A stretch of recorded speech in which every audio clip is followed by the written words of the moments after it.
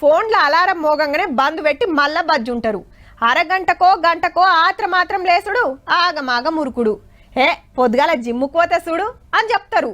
అమ్మో ఆఫీస్ కాల్చమైంది టాటా అని బైక్ చాలు చేస్తారు. పక్క దుఃఖం బోతానికి కూడా బండ్లేసుకొని తిరిగే జమానా. 4 అడుగులు వేయాలంటే ఆస్తులు రాసిచ్చినట్టే ఫీల్ అవుతారు కొందరు.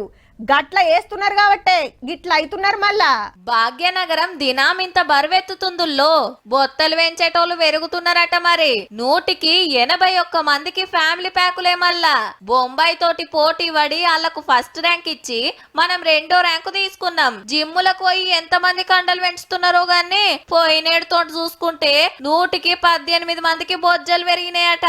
ఓ సంగపోళ్ళు హైదరాబాద్ లా 37 లక్షల మంది బరువు చెకింగ్ చేసి చెప్పిండ్రు. ముచ్చట ఉరుకులు పరుగుల జీవితాలు, ఏసీలో కూసునే జాబులు, గంటల కమానం ఫోన్లు చూసుడు, నిద్ర దగ్గుడు, తినే తిండి సక్కగా లేదు, పెయ్యాల్సుడు లేదు.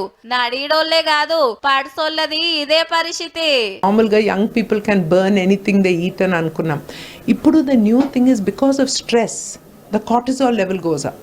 ఒత్తిడి పెరిగితే కూడా మనిషి బరువు పెరుగుతాడట.